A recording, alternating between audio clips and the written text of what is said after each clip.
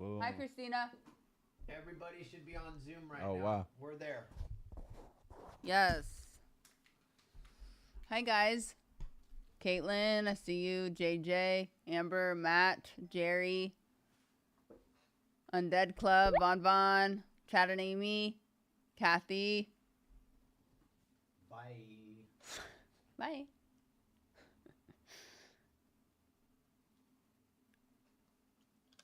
Mama G.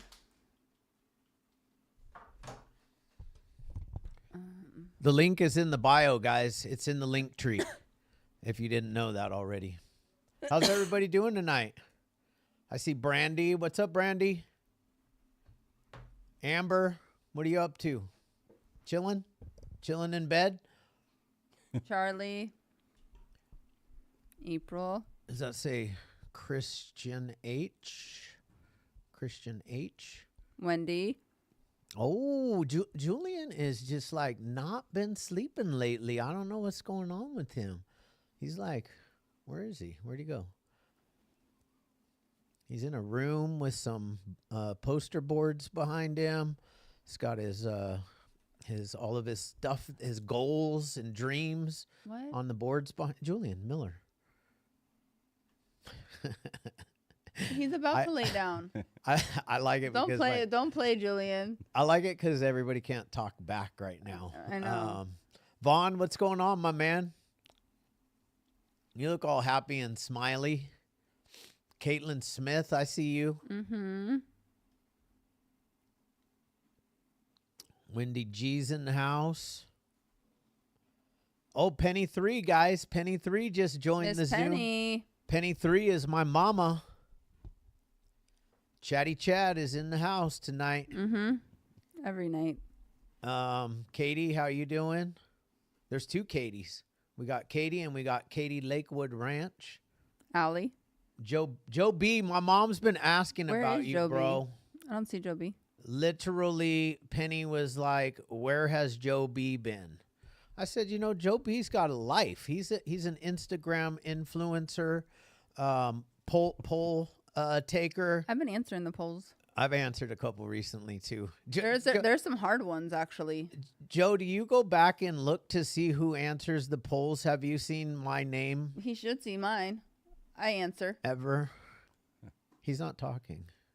Well, that's because he's driving and he's muted. Let's get this party started, man. We got a great guest tonight. Hopefully, he says.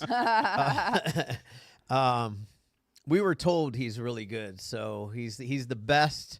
I'm gonna go ahead and let Natalie introduce him. No, I'm playing. I know his name. His name is Quan. So did I get it right? You got it. Okay, good. Yeah. There's a inside joke because Wendy and Michael, right? And he won't let it go. Absolutely. Wendy won't let it go. She came on the podcast and I couldn't remember her name. Wow. Yeah. I'm sure. And I went to take that. I went to introduce her, and I didn't want to blow it, so I said, Natalie, can you go ahead and introduce the guest? So it was a double blow. Anyways, guys, thanks for showing up every single week. We appreciate you guys joining the Recover Out Loud movement. I mean, for us, it's everything. If we don't recover out loud, people die in silence, and I do want to be kind of clear on when I talk about this stuff. As far as I'm a 12-step guy, and I don't believe that coming on and recovering out loud violates the traditions, because when I come on this meeting or any meeting or the podcast, I'm not representing Alcoholics Anonymous or Narcotics Anonymous. Right. I'm just telling my experience, strength, and hope, and hoping that somebody out there, right, will be encouraged and they'll get that mustard seed of hope. That's what it's all about. Because the reason why the Hopeaholics podcast exists is, as many of you already know, I got a phone call on 9/11 of 2022 from my daughter Aurora, and she was screaming, and she said Justin is dead. She lost the love of her life. She found him, my son-in-law, dead from fentanyl. Wow. And he has the disease, and You know, God put it on my heart to be the voice for the people that have lost their lives and to join this movement to let Yeah. people know that we do recover. Absolutely. You know, We do a lot of recovering. Mm-hmm. That's for sure. is there anything else you want to tell them, Natalie, before I turn it over to Quan? I think you hit everything. And I do especially though want to give a shout out to Wendy and Michael for hooking us up Yes. with, like, our guests have been so fire for the last 6 months or so that you guys have been helping us out, and we appreciate you guys more than you know. yes. Mr. Monster. Mhm. Yeah. That's right. All right. Well, with no further ado, Quan, it's yours. The mic's yours. All right, for sure. My name is Quan. I'm an alcoholic, and I identify as an addict as well. And I have 358 days sober. That a boy? Yeah, so no fronts, but we got 7 days. So I'm going to go to sleep and wake up, and hopefully we good, right? Man, my story, I don't know where to start. Y'all got a clock in here so I can see what's going on? It's up there on It's this. right Okay, there. perfect, perfect. Because I'm long-winded, I can go. Me too. Yeah, so my story pretty much starts, you know, growing up. First off, my grandmother, she had 17 kids. Oh, wow. Yeah, 4'11", 4 husbands, 17 kids. And my mother was third to the last, right? And so when I came along, grew up in L.A., I had over 70 first cousins, 20-something second cousins. Yeah, went to school with about 30 of my cousins, right? And my mother had me a month after she turned 18 years old. So with all those brothers and sisters, she liked to party. You know, every weekend I'm over a different relative's house. And the thing about my family, it's not the average family. Drugs and alcohol run rampant, you know. So while I'm over at my family's house, of course, there's drug use going on in the rooms. And we outside and we just causing terror. You know, we're robbing the ice cream man. We're, you know, me and my cousins are breaking into school, stealing equipment, you know, and she would drop me off over a different aunt's or uncle's house on a weekend basis, almost every weekend, you know, that I can think of. And that just kind of put a lot of fear in me because at an early age, I had a lot of things happen to me, like, you know, my aunt driving drunk and I fell out the car in the middle of the street at like 4 years old. You know, dropped me off from my uncle's house. First time I shot a gun was 4 years old. Yeah, I come from one of those families. I had cousins from almost, you know, a lot of different neighborhoods, gang neighborhoods in L.A. So when I was over there, it was pretty dangerous. And I didn't start using. The first time I ever used was marijuana. Fell in love with marijuana at 12 years old. That was my thing. I thought I would smoke marijuana for the rest of my life. Now I had arrived, right? And, you know, it started out just because I had a lot of fear being in those neighborhoods and being around my cousins. We were always getting into trouble. Something was always happening. We was always catching an ass whooping. You know, when I smoked that marijuana for the first time, the lights came on. I'm outside playing, riding my bike. All of a sudden, I didn't have no fear, you know. And because of that, I fell in love with it by 14 years old. You know, by that time, we were planted in Inglewood. And so that's where I'm pretty grounded in Inglewood. And, you know, 14 years old, first time I really got drunk. Went to a senior party, you know, and nothing but seniors there. I'm really not supposed to be there, you know. So I get one of them blue drinks mixed with a bunch of different concoctions. I didn't know what it was. And next thing you know, I'm blacked out, you know, and woke up on the hood of a car doing about 60 miles an hour down a residential street. So I guess we were taking turns, right? Just for fun. Ended up cussing my best friend out that night, threw up in his car, all that, right? And that started just a long process of me drinking, using, smoking marijuana, I call using. We'll get to the other stuff later on. But it started a long process of just me escaping. We love to party. At 15 years old, I come from a type of family where my grandmother got me a fake ID so that I could drive my older cousins who were 18, 19, you know, 20 plus years old. So I was in the club at 15 years old, you know, having a good time, dating women that were not supposed to be dating me. And, you know, getting that liquid courage, drinking at the clubs and, you know, dancing. And we used to have a good time. It was fun in the beginning, right? I would say around 18 years old, getting out of high school, we've always been into music. My whole family's been into music, right? My dad was a professional drummer, and a lot of my cousins were rap artists, producers, stuff like that. And so I ended up working for a record label and flying all over the country. I'd never been out of California. And one of the first places we went was New Orleans, hit Bourbon Street.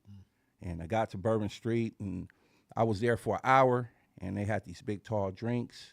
And I'm like, this drink is weak, right? And I got to the middle of it, and I remember just not feeling so well, right? So I ended up blowing off the first show we were supposed to do in New Orleans that night, had to go back to the hotel, and it just progressed from there. I ended up doing a geographical after getting into a incident at a nightclub in City of Industry, and I ended up moving to Atlanta, right? I had another cousin, I had another record deal. I'm gonna move to Atlanta because maybe that'll fix me. I always kind of wanted to be great. I wanted to do something productive. You know, I felt like I was pretty intelligent, but I was surrounded by a lot of knuckleheads, including myself, right? And so I figured, okay, if I get away from all my cousins and all my friends out here, go to Atlanta, do some music, I'll be fine. Get to Atlanta 6 days later. This was in 1997. I'm dating myself. 6 days after getting into Atlanta, coming back from a recording studio, and we get pulled over by an undercover cop. Come to find out, there's 2 kilos of cocaine in the trunk. So I spent the next year fighting a life case for drug trafficking with 2 of my cousins, and got out of that case. You know, during this whole time, of course, just smoking marijuana was a normal thing. Drinking was a normal thing. It's just not something I never wanted to quit or anything. And so we got out of that case because my cousin fell on his sword and said, you know what, I'm going to take the case. They said somebody takes the case or all y'all go to prison, right? And he said, you know, I'm going to take the bid. So he ended up taking it. I got off, right? Couldn't go nowhere, stayed in Atlanta for a minute. 2 years later, I got the bright idea. You know what, I'm not going to mess with no cocaine. What I'm going to do is I'm going to sell pounds of weed because out in Atlanta, you know, the weed is a lot. You can get more money for it, right?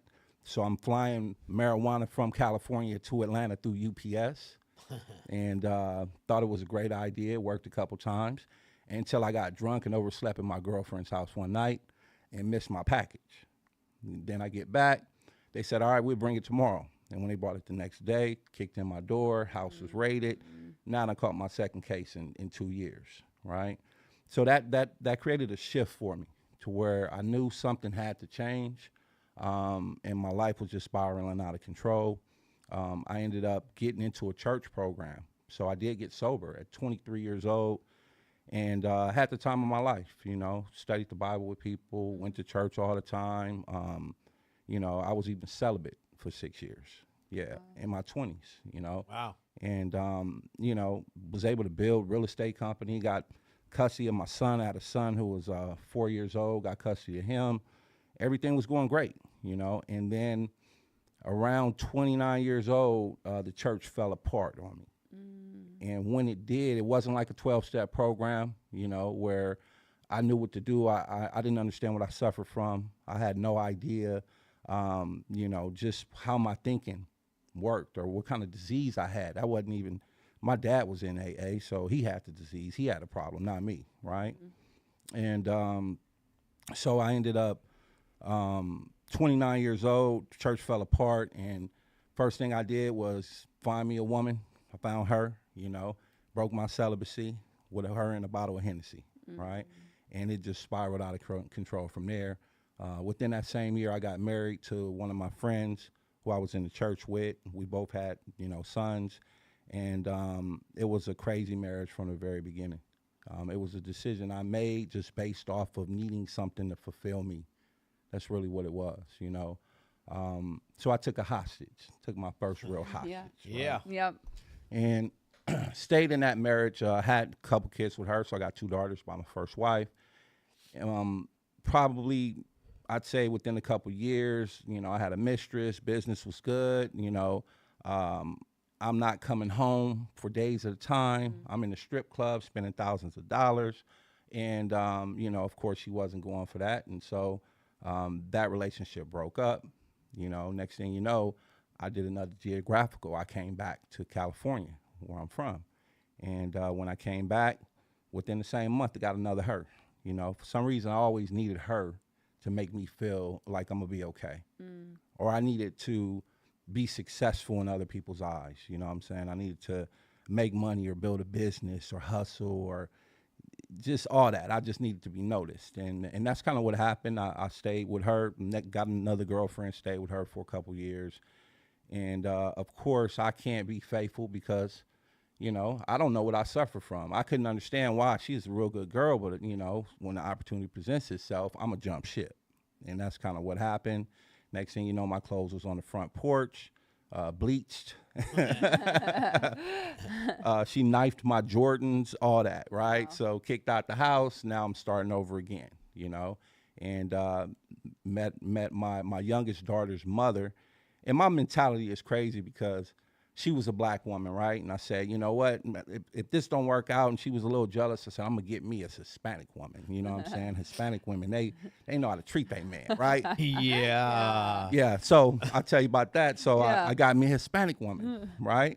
And beautiful. We ended up having a kid together. She introduced me to a lifestyle though, a LS lifestyle, a swinger lifestyle. You know, so not only was she not jealous, but she would go pick her for me. You know, so that started a progression of us just clubbing every weekend. I didn't go to regular clubs. We only hung around other swingers, and, you know, that became our family, you know. And I didn't notice why, though. I was the only one throwing up 2 o'clock in the morning when everybody was partying until 6, 7 o'clock in the morning, you know, until she came from the bathroom with some white powder on her nose. I'd never done cocaine before, right? And she told me, said, yeah, you know, if you want to drink longer, you know, try some cocaine. And that's what happened. I'm like, yeah, let me try that, and fell in love with it. I also fell in love with MDMA, with Molly's. Yeah. Because we in the club and, you know, it's sex parties and it's going down and you hearing the music and it's boom, boom. It was just the greatest feeling. So now I'm arrived again. You know, everything is good. And that went well for a quick minute until I didn't ask permission one time, and I ended up cheating on her, and, you know, she found out. But in the meantime, I just got reckless. You know, I had a dispensary, marijuana dispensary, but, you know, I started running off on the plug. I started robbing other distributors. You know, you give me 10 pounds, you ain't gonna see me again, that type of shit, right? And that's what happened. So I created a lot of chaos in our household, to where they coming by, they looking for me, you know, all those kind of things. So she ended up, you know, we killed that relationship. Of course, she kicked me out, you know, and I'm on to the next thing. She disappeared with my daughter, though. So when she disappeared with my daughter, I went to court, and the judge gave me custody after I went 4 separate times. She didn't show up. That was in 2016. And, you know, I was out on bail at that time as well for a gun charge and for marijuana, so I caught another case. My life was just hella unmanageable. I'm the definition of self-will where I'm right? And so I let her know that that I got custody of my daughter. You know, I need to see her. Next thing you know, I get a call from her boyfriend, her new boyfriend, who I happen to know as well, right? And we had words, we exchanged words, and, you know, an hour later, he was following me through my apartment complex. And when we had words, it was, when I see you, it's cracking, right? And so I didn't, but one of the first times I had full fear, because I knew that he had what he needed, but what I needed was up in the house. So I had to get rid of him. We chasing each other through, you know, he's chasing me through the parking lot and all that kind of stuff. So I get back to my apartment. This is in Ontario, right? Get what I needed, came downstairs. I ended up putting 6 bullets in his car. And by the grace of God, he didn't get hit one time, right? But he did go next door and call the police, so he didn't keep the code, you know? And so I ended up going to jail. Now I just caught another case while I'm out on bail. I catch an attempted murder. So I'm facing 30 years in prison at that time, you know? And stayed in the county. I had another girlfriend at that time as well, and, you know, I'm the cat that got married in prison. She brought the minister up to the jail, you know, before my trial started, because I'm about to go away for 30 years. I needed her, right? I need some conjugal visits. We got to get something cracking. And so we ended up getting married. I took it to trial, and by the grace of God, you know, Some of my people did have a conversation with who I shot at, and he stopped coming to court, right? And next thing you know, I ended up pleading out to a lesser charge. So I did have to go to prison for a couple years, but I got a new wife when I get out. So when I get out, I'm on parole. I can't do anything, right? I can't do anything for a year. I'm drinking though. As soon as I get out, I'm drinking. Before I paroled, I'm drinking White Lightning with the essays and with the homies. I'm drinking Pruno, all that. So I'm preparing to get out. Well, when that year of parole got up, first thing I did with my wife, she was in that lifestyle as well. Boom, we back in the clubs. Cocaine is back in the picture. Molly's back in the picture, and she's like, "Man, you really too much." Again, I'm not coming home. I'm gonna do what I want to do. I didn't like direction. I didn't like nobody telling me what to do. So speed it up a little bit. That relationship ended. Boom. That's my second wife, right? And so I ended up meeting another hostage. And this time I said, you know what, man, I'm going to make this quick because I like her a lot. So in 45 days, I took her to Vegas and we got married. Third wife. Boom. Right? Yeah, the sickness is real.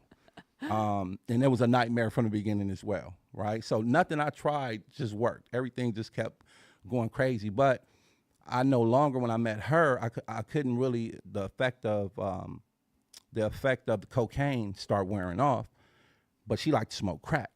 Mm-hmm. So my story's about to end. Y'all know that, right? So I ended up, for the first time I tried crack with her and fell in love with that. I tried crack at the beginning of 2024 and I got sober right at the end of 2024. In 1 year, I lost everything. In 1 year, I became a zombie. I lost all ability to work. Stand up for 5-6 days at a time. We just was on that type of run, go to sleep for a couple of days, stay up longer.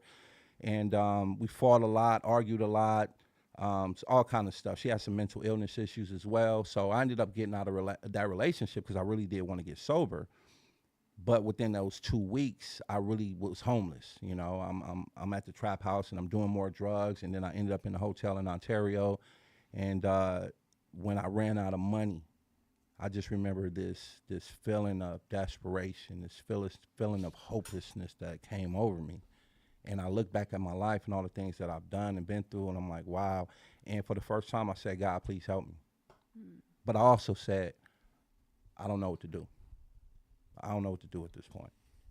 And then the thought came to my mind, you know what, why don't you look up a sober living? Because I got a brother that's also in the program. And he'd asked me a month before if I wanted to go into a program or into a sober living. Nah, I'll just go to some meetings. I don't need to go to sober living, right? That didn't work. So a month later, that thought popped in my head. And I ended up Googling some sober living homes and ended up at the Puente House. They were only ones that didn't take any money, right? They said, we'll sponsor you for a couple months or whatever. And that began my journey in the rooms. It has been an incredible journey. It really has. This year, I can't remember where I remember watching a year go by. I have a lot of blank spots in my addiction and my alcoholism. But I've been able to, of course, I have a sponsor. My sponsor just took 17 years yesterday. Wow. And it's crazy because my sponsor is one of my homeboys from back in the day. I've been knowing him since I was 16 years old. Right? So he got sober. So when I got sober, I'm like, I remember the homie. He's sober too, if I remember. So I called him up. He's like, yeah, I'm in CA. I'm over here in Pomona, And I hit him up and started going to those meetings as well as the AA meetings, started getting into that work. And my life has really, really changed in a short amount of time. Those 4 months in sober living was hard, but the thing that I needed was I forgot how to make my bed. I forgot how to brush my teeth. I forgot how to get up and go to work. Like, I didn't have no desire to do those things. I lost all my purpose, right? I lost all hope of a better tomorrow.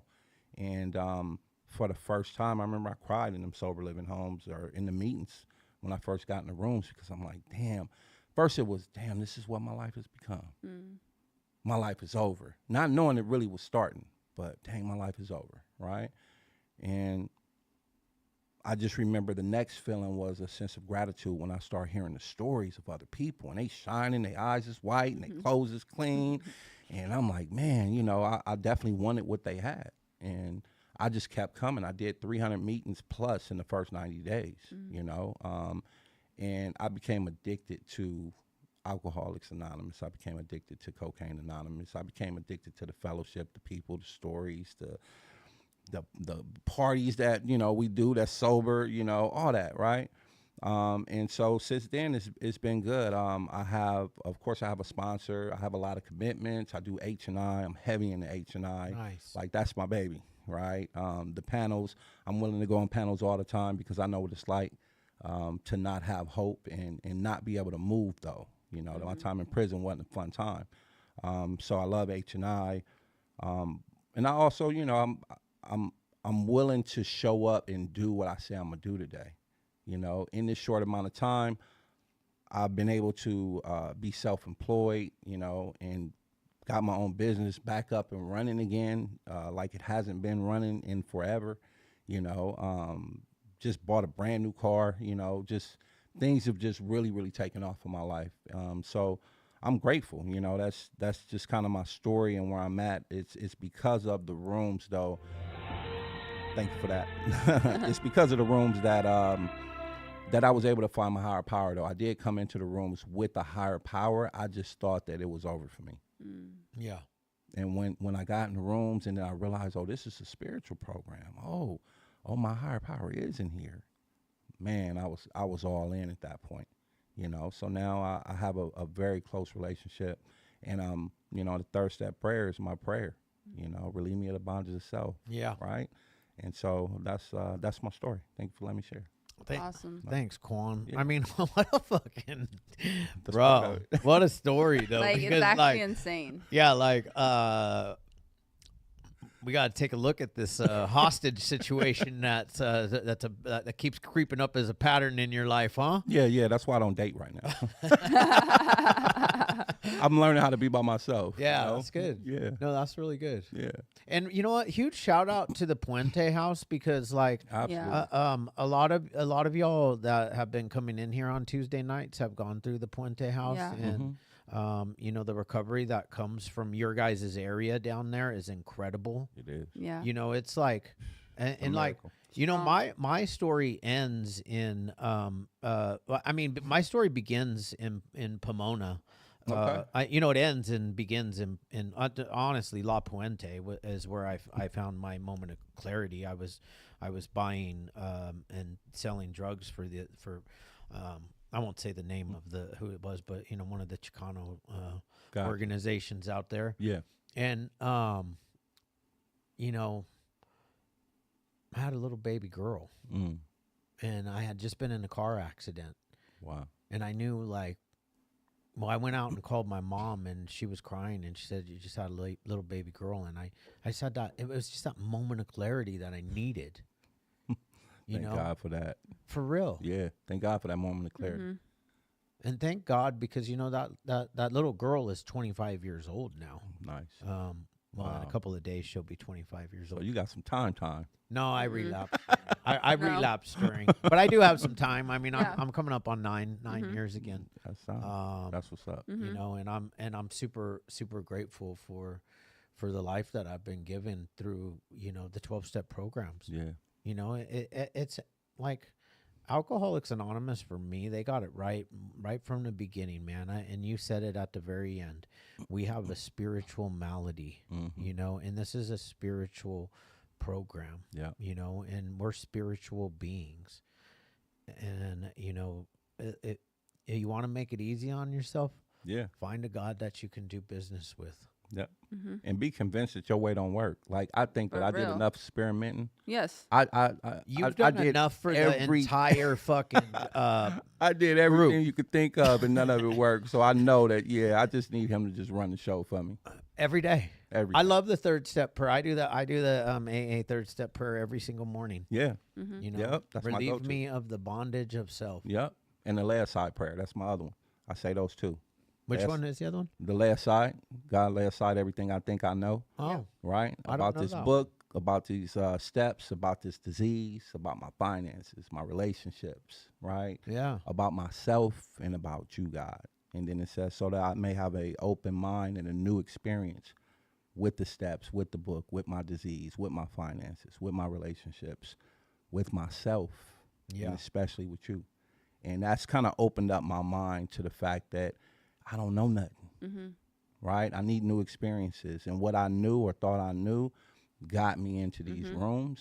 Now I need his full assistance. I don't need to take back the wheel. I know how that works, right? And yeah, so those two prayers, I say them throughout the day as well, because of course we want to take our will back at any time, you know. But this program has definitely taught me to just.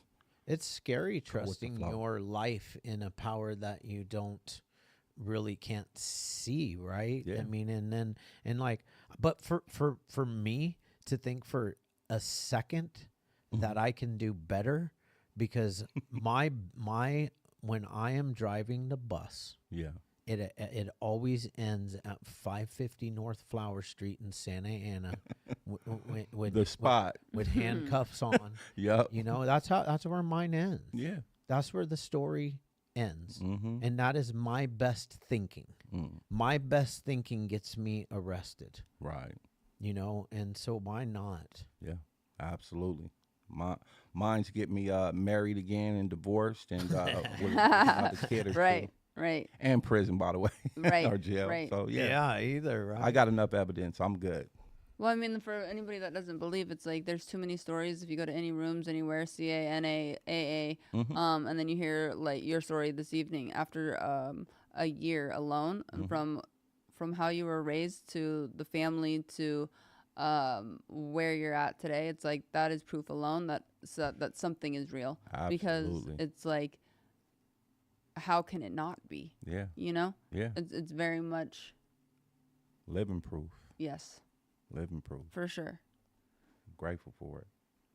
Shall we open it up? We got some hands up. Yeah, we do. We got some That's serious hands up. Is there a birthday though? Did I see a birthday? I want to make sure. Shout out to on her year sober versus Oh, Allie. Allie. Happy birthday, Yeah. Allie. You about to share? Allie got a Yes, year. Allie. I was Allie there got this a morning year. at Oh, 6:15 in the morning Okay, at the look 5:02. at you. We show up for you. Yeah, what's up, Allie? So he's That's my a week best. behind. That's going behind me. But he was scared of me. So just after his story, I just want to say that I'm a thug. Great. That's my best friend. Yes, that's my dog. Yeah, it is echoing. Okay. Anyway, I love you, Quan. Love you too. You blew my spot up this morning. Yeah, it's really weird. We don't Okay, hear it. anyway. On this, We don't hear- We don't I don't hear it hear on it. this Sorry. side. At least I don't. Squirrel. Yeah, I know. So anyway, you blew my spot up this morning because I get big books for like all new people, and they're like, "I'm not special." Thank you for that. She got me my first big book. Oh, Mhm. Yeah. I love you so much, and I'm so proud of you. Thank you. Thank you for coming to my birthday. Anytime. oh wow, everybody's. Oh my God! Everybody else had an echo. Yeah, how weird. We didn't have it on our What? end. What if everybody has an echo? No, What if? no. Should we no. what if it? No, All right. Gary. Let's see. Let's see if Jerry. What's going on, Jerry? Rick, Uh-oh. I want to thank the speaker. It related a lot. Oh no. You know, I also live in a sober living. So Jerry's I have a echo. year in 8 months. Oh no, everyone has an echo. Uh-oh. Yeah. So, yeah, you know, there's a challenging times here in sober living. But I don't let my pride and my ego, you know, and I say the last night prayer also. Yeah. It has helped me out, you know, the last night prayer. I talked to my sponsor, commitments. Jerry, wait. Yeah, so Jerry, everybody has an echo, and so I think everyone's ears are. We're gonna try to Hold fix on, this. we're gonna try to fix this for a second. We're having some technical difficulties. God's will, okay. It happens. not ours. I wonder why it's echoing. Normal. Can you mute Jerry for a second?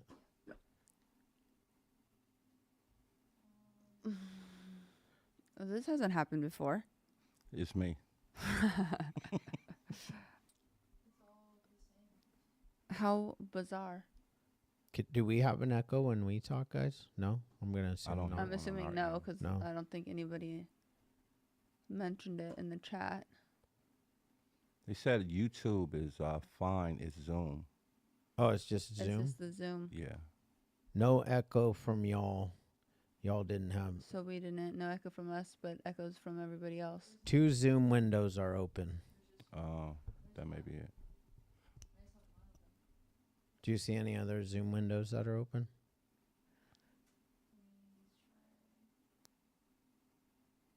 Oh, I see my brother on there. What up, Risky?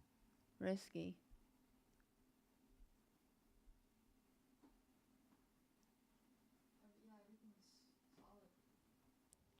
Let's see. Maybe it's happened to me. I don't know what I'm doing. No. But unmute Jesse. I'm on Zoom. Should I switch to YouTube?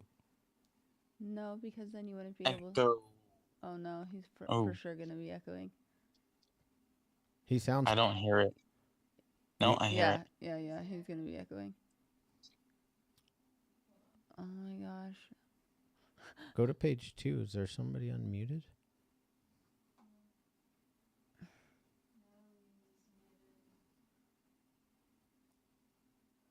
Well, I wonder if I mute us when they're speaking, if that would change it. That might. oh wait, Natalie, are you? Is something going on? What? Shut out your computer. Why is it my computer? I don't know. Just shut it out. Yeah, mute us. Yep. Jerry, you're up. I just exited out too.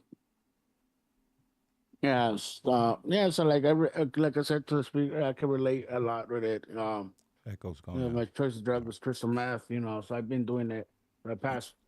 Was doing it for the past 5 years. To the point now, you know, it's like I follow my sponsors' directions. You know, I go to meetings. I have 2 Your mic. sponsees. And I'll be a service. You know, I have a good job. I work in treatment. You know, like What? I currently live in a sober living. That's You right. know, pay rent. You know, Was I your love mic on? myself. You know, I'm able to say that. You know, because I couldn't say that for the past 5 years at all. I'm able to spend time with family. You know, and tell them how much I love them. You know, this was Huh? the second time I got to spend Thanksgiving sober. You know, and it's amazing because I get to Chad's be blaming it welcomed on me. back in family events. You know, Mm. and I get to be there and show up. Like you said, I'm able to show up and tell them, you know, I'll be there, and it's amazing. Thank you. Yeah. Thanks, Jerry. Thanks, Thank you. Jerry. Wait, are we echoing? No. Jesse, you're up, buddy. Wow, that was interesting. It hurt my ears, but hey, everyone. Hey. I'm Jesse. I'm an alcoholic that identifies as an addict. We have that in common. I related to a lot of the beginning of your story. Mine started pretty similar. I found marijuana and fell in love with it and thought I was going to smoke it for the rest of my life until I found other substances, and heroin turned out to be the one that I stuck with. And I did a lot of, I did a geographical change. I tried a few things, but nothing ever really worked. And I heard you say something that like resonated with me. I wrote it down. I can't remember. That's why I write things down. You said when you hit your bottom, you said, I don't know what else to do. Something like that. Like, God help me. Yep. You'd ran out of answers. And I think that's, it made me reflect on my bottom. And it was very similar in that way that I ran out of answers. Because before I always had an answer, always had a way out. I always had some scheme, some lie to put on top of another lie to get out of a lie that I was always lying. And up until that point, I I thought I had the answer until I realized that I didn't. And I so desperately wanted change. I wanted something else. But all of my ways failed. So I was willing to do whatever. And that opened so many doors. That willingness, that desperation of like, I don't know what else to do. So I'm going to ask for help and reach out and stop trying my way. I'm going to do it other people's way. And that's how I found AA. That's how, by the grace of God, that's how I saved my marriage. And when I started doing things other people's way, then I found God's way and God's will. And that opened up even more doors. And I heard you say something else similar to, I don't know anything, right? And I heard this in the rooms one time, and I love it because it's like, the more I learn, the less I know. And it's crazy how that works. The more I hear, the more I find out, the more I find out I don't know fucking anything. I'm coming up on 3 years, and what is today? 5 days. I'll have 3 years. So I think we have a pretty close date. That's right. And I still am constantly learning. And I love hearing stories like yours, reminding me that I don't know. I don't know the way. And when I think I have the answer is when I'm wrong. So thanks for your share. And thank you guys for being a part of my recovery. And remember, there's no one right way to recover. So whatever you're doing, just keep doing it. We love you, Jesse. Thanks, Jesse.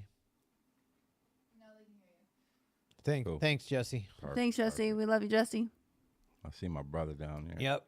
Risky's got his hand up. We're going to go with Kelly. That's right. Hey guys. Hey Quan, thanks for sharing. Like I did to marijuana. I hate that, they're like, oh, marijuana is a gateway drug, but it really is, dude. I started with marijuana and then graduated to cocaine. I just hit 8 months sober on Thanksgiving. So I'll be I'm 8 months sober. Not by not by not by the grace of God, or anything like that, but it's by fear. So I just live every day wanting to do better and wanting to just I guess get out of myself and not go back to my old ways, and wanting to strive to be better than the old version of myself, and not want to be the old Kelly that didn't want to get out of bed, that wasn't worth the shit. And I can say that now and actually not look down on it like it's something to be ashamed of. So yeah, with that being said, if anybody is going through a tough time right now, just hang in there. Nothing is ever too far gone that you can't be redeemed from. God can bring you back from anything.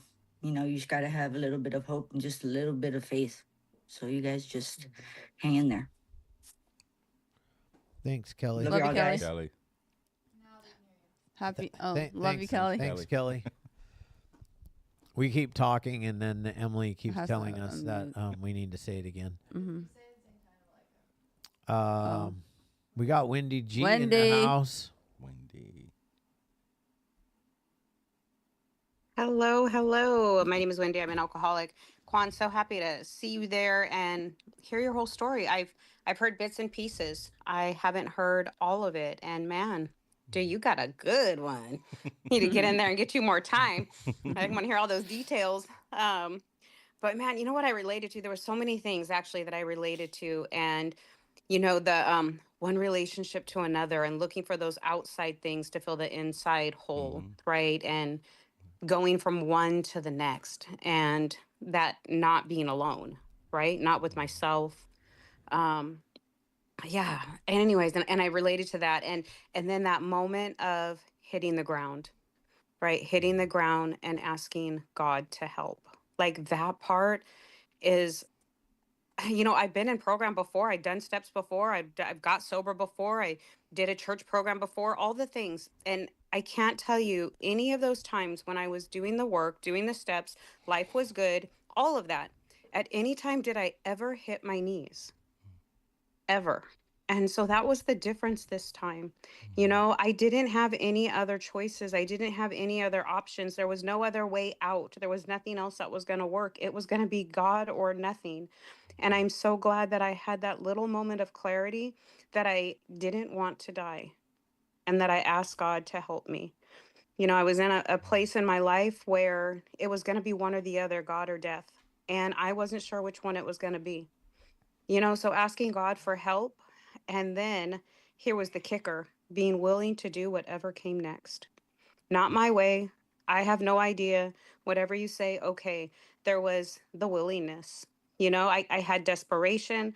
I asked God, but man, I had to be willing then and to set aside everything that I thought I know. You know, coming back into program, you know, having done the work, having done this, having done that, I had to remember, yeah, I did it. And I had to keep doing it and I had to do something different, right? Like I couldn't keep saying, well, back then I this or back then I that. You know, I had to just be where I was in the moment and be willing to do whatever was in front of me. And I was, you know, and I did the work and I did everything that they said. But that third step prayer, every day, man. Every day, third step prayer. There's certain things that I go to every single day. You know, it's my 6 pillars for my spiritual program. That's the third step prayer and the seventh step prayer. The third step is for my first sponsor. The seventh step is for Johnny Green, who passed away not too long ago, who's someone who changed my life. So I do things in honor of them, in honor of God, myself. You know, I have these rituals and they help me daily, you know, but that, getting right with self before getting with someone else. That was hard to do. But man, am I so grateful I waited. So beautiful to see you. And Allie, happy birthday. We love you. Mm. Thank We you, love you, Wendy. Thank you, Wendy. Wendy. Now we got Sylvia Land. My girl Sylvia. Yes, Hey, Sylvia. Quan, Sylvia Alcoholic. I had to be here to support my homie right here. Thank you so much for your lead. I'm glad that I got to hear a lot more of it because I know you led for me once and it was only like 5 or 7 minutes. But you know, damn man, you had some chaos. You had some chaos in all those relationships and stuff. You know, it's crazy how, you know, now that we're sober and stuff like that, like we see the part where that insanity is where, you know, like for me, for instance, you know, I've been in many relationships and then I stop, and now that I'm sober, I realize like they weren't even like I wasn't even in those relationships for like the right reasons. And you know, it's huge. That's just a part of the whole addiction process. And I know that when I was you were talking about like how you dabbled in all these different types of like drugs and stuff like that. And I remember when I was in detox, and I had one of the counselors talk to me, and he had said something that freaking blew me away. He called me, he said that, ow, kitty, something like a trash can junkie or something like that. And I'm like, what the fuck is that? And he goes, basically that anybody could throw anything in your lap and you're going to go ahead and do it. And I go, well, you know, honestly, it's like later on you realize that it wasn't just the high, it was like the escape, you know. And that was my thing, that was the escape.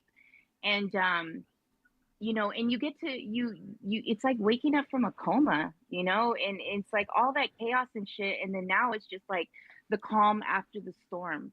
And that's exactly where I'm at right now. Like I haven't lived by myself in like since before my kids were born, you know. And you know, my son Jacob, you know, he's doing his thing right now, and I'm just very blessed, you know. I'm very blessed, and I'm very lucky that he has a circle like you guys around him. And I know that, you know, him in his journey and stuff, like I went through 2 years of watching him, you know, basically drink his life away and shit like that. And it was crazy, you know, it was so crazy. And, you know, and I know damn well that no matter what type of shit that I went through, because I used to tell him, like, you know, use me as your cheat sheet, man. Like, everything you've gone through, I've gone through. Let me show you how to fix it. And they'd be like, nah, I didn't listen, because I wouldn't listen either, you know. But you know, God is good. The best thing I could have done was just stay sober for him, and have him do his own thing. So yeah, the Puente House goes deep, man. The Puente House, you know, saves a lot of lives, and I'm very happy that that I got sober in this circle. So thank you guys. I love you guys. Thank you, Quan. I'm really happy that you got on here. Happy. She said happy something. Happy birthday. Happy Allie, birthday Allie. to Allie. Yeah. Happy Thank birthday. We love you, Sylvia. Allie, really quick, just a quick commercial break. We have our in-person Recover Out Loud. If you're local, if you're not, you're welcome to come as well on December 12th at 6 p.m. to 8 p.m. We got one of the top speakers in all of Orange County, California, coming in. Mr. Danny Lansdale. I don't know if any of you have heard of him. I know Chuck Zamzow loves him, but Danny Lansdale will be in the house. We got a lot of cool stuff, games and all kinds of fun stuff. And Santa Claus, Mr. and Mrs. Claus will be here. So join us on December 12th live right here in San Juan Capistrano. Okay. Oh, yeah. Thanks. The flyer. Cool. Kathy. Hi, you guys. Kathy, alcoholic. Oh my gosh, such a powerful share. Even though going to jail is one of my yets, though I was arrested 29 years ago when I crashed my car in a blackout and they arrested me, but I was blacked out, so I don't remember it. But I mean, as far as doing time, for some reason, your share, Quan, had me remember some very pitiful, incomprehensible demoralization moments. Like, I mean, bad. Like, I put myself in really dangerous situations, and a couple of them I was blacked out for, so I don't even really know how dangerous they were. And a couple of them I remember, and it's getting to me. It's weird how I would think of the time that I was the only one in the honky tonk bar and there was only one person left over at 2 o'clock in the morning, and he was very gross, but he had the drugs. Okay. So anyway, and then thank God nothing worse happened. But then when he ran out of the drugs, you know, I didn't want to be there anymore. And anyway, so some other stuff happened, and a police officer saved me by pulling us over. And, you know, the impression that this police officer had that I was the hooker or whatever. Anyway, we recover out loud here. Okay. That's right. That's right. I was not the hooker. I gave that shit away for free. Anyway, it's congratulations, Allie. Congratulations, Kelly, and my girl Tressa on a milestone. And you're here, April. Fucking awesome. That's right. Love you all. Let's get into recovery. I've had some hard stuff going down, and I still quality of sobriety. You guys have helped me step that up. Sponsoring has helped me step it up. You guys are just so and I didn't really know how things were going to work out. I still don't know exactly how they're going to work out. However, God is sending the help. The move shit starting to click. He's hooking me up with the right people. And even though the physical part of it really isn't happening, I can see now. I can see the light at the end of the tunnel. This is not too much for me. I can do it. And thank you for being part of my recovery, guys. There's so much more to share, but I'm out of time, and I definitely want to hear from my family. So I love you all. Thanks. Thank you, We love you, Kathy. Appreciate that. Risky. That's my dog. Risky. I can't unmute myself. There What do you I do? go. There you go. Am I good now? All right, cool. My bro, what's cracking, man? What's cracking? I wouldn't have missed this for the world. When I got that text this morning that said you were going to be on Hopeaholics, I was like, I love that for you. Yeah. You know what's crazy is I was thinking about as I was listening to you speak is that all those times that I would meet up with you, you're like, bro, come meet up with me. And I meet up with you and you'd be like, this is my wife. I'm like, who the fuck is this? Like, I have never met this or seen this woman in my entire life. All of a sudden I got new wives like he changed Jordans and changed wives. I was like, Jesus Christ, you got more patience than I could ever have in my entire life, man. Damn. But I would see the spiral all the time. And I remember talking to sis and she'd be like, you should probably talk to Quan. I'm like, man, we don't. When I got sober, I was like, we don't, until his mind is cleared, there's no way I'm going to reach him. Yeah. And I'm so proud of you. And I'm so grateful that we could walk this journey of recovery together. And it's an amazing thing.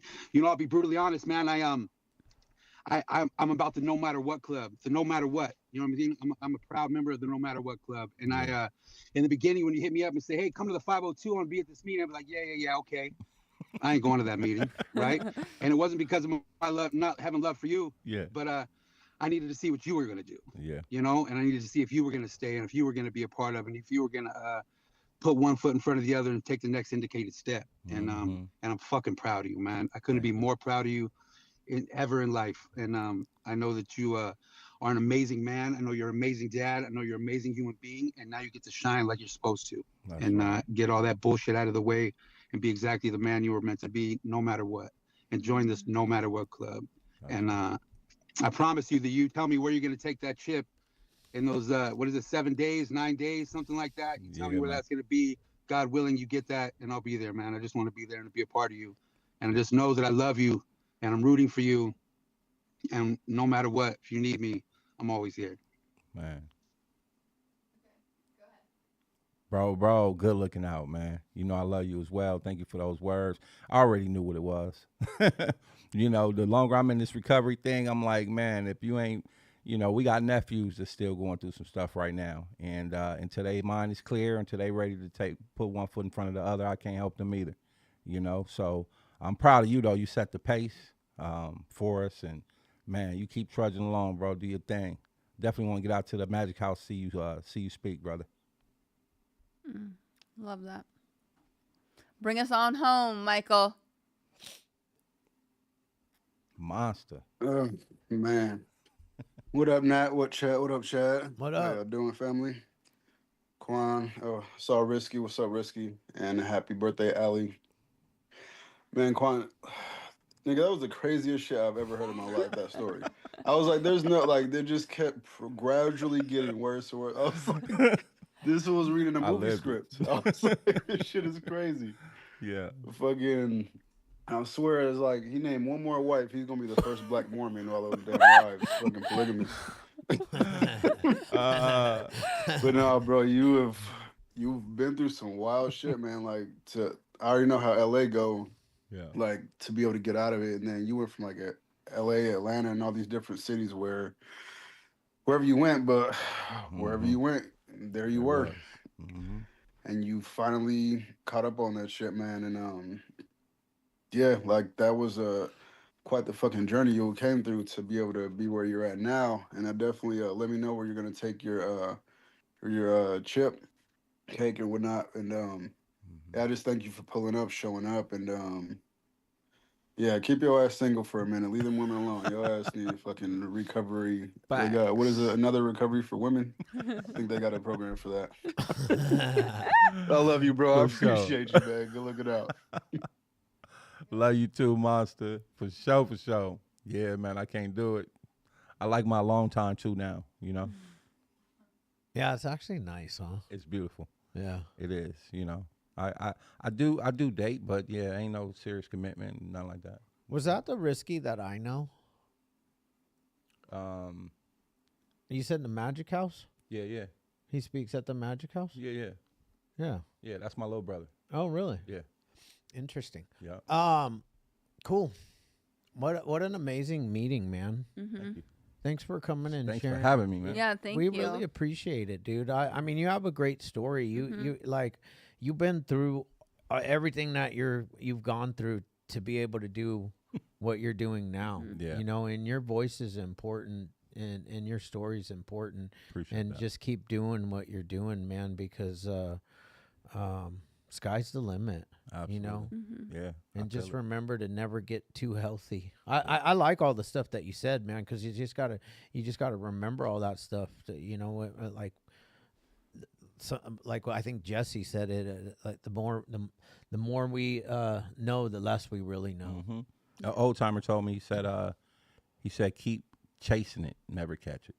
Keep chasing it, Never catch it. never catch it. Yeah, keep chasing the program, but never catch it. Yeah, and That you know way we can do whatever we want and become whatever we want as long as we stay sober, grounded, and spiritually fit. Stay tapped in. You know? Thank you for having me, man. Yeah, thank you so much. Great That's awesome. experience. It was amazing. Thank Chad, lie to him. Well, guys, it's that time. I'm not. He knew it. Bon said, "Lie to me." I'm gonna tell you a story. Where's my parents? I don't. There they are. Look. Oh yeah, I see your dad. He's rocking and rolling already. So hey guys, it's that time where we all turn on our cameras. We are the only meeting, Zoom meeting, in the entire universe, the world, that dances out. That I know of. That's how I make it not a lie. Because I don't know if you guys know any other Zoom meetings that you go to that dances out. You tell me, and I'll stop telling this lie. But until somebody puts it in the chat, No, you won't. You'll just expand it and saying like globally in the country. And I mean, I don't know universe, any over other. the Do you know ocean. any Zoom meetings that dance out? It's the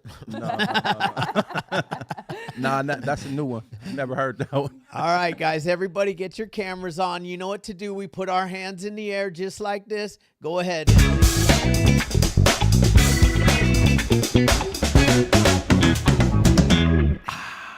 God, grant me the serenity to accept the things I cannot change, the courage to change the things I can, and the wisdom to know the difference. We love you guys. This is the only Zoom meeting I go to. Nice. Recording.